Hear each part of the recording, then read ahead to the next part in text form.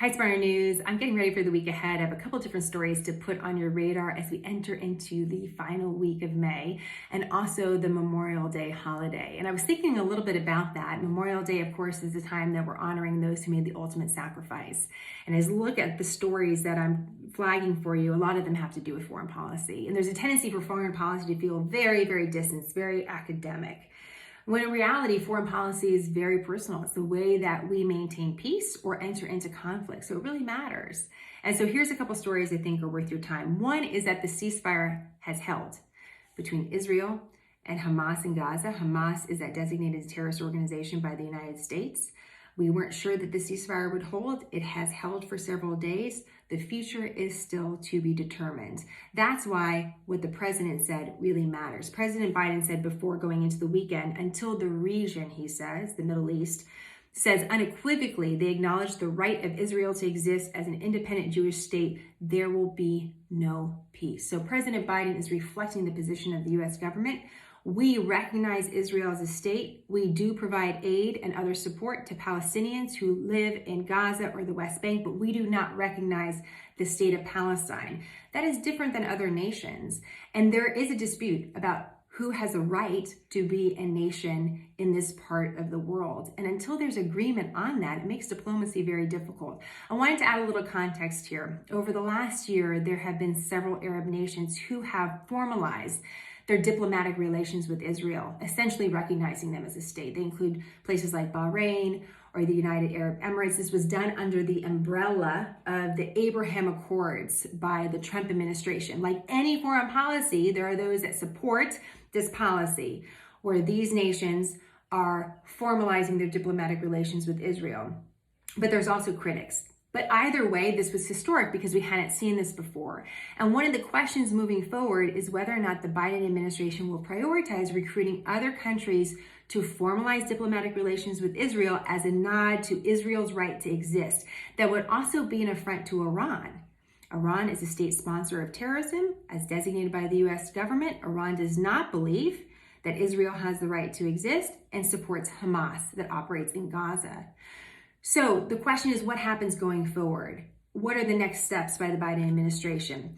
The top diplomat for America, the Secretary of State, Tony Blinken, had an interview over the weekend. And he, as a diplomat, spoke very diplomatically. Difficult to know what are the next stages between these two groups, the Israelis and the Palestinians, but he did prioritize Iran.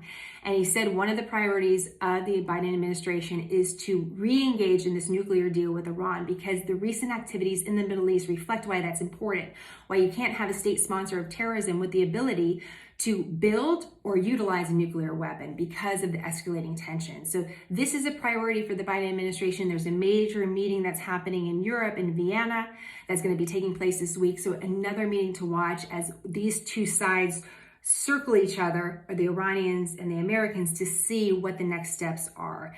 In the meantime, I want to flag a report from the Wall Street Journal that is saying that they have an intelligence report. We have not verified, but that they're reporting an intelligence report from the US government that says that there were researchers within the Wuhan lab in China in the winter of 2019, before the global COVID-19 pandemic, who had COVID-19 symptoms and who went to the hospital. The reason why this is important is because many people no one knows where this new coronavirus came from, but we know that coronavirus research was taking place in this Wuhan lab.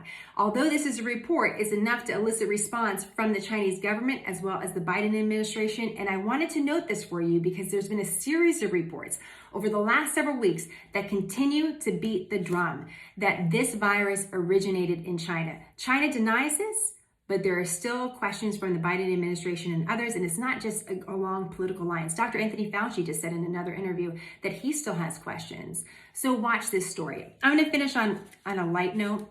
How many of you are oat milk latte drinkers? Because I've really hit it hard over the last year.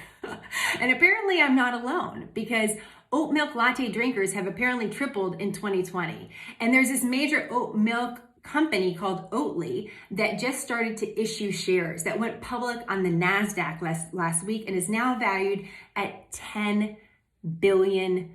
So just something to think about. What's the next it thing, right?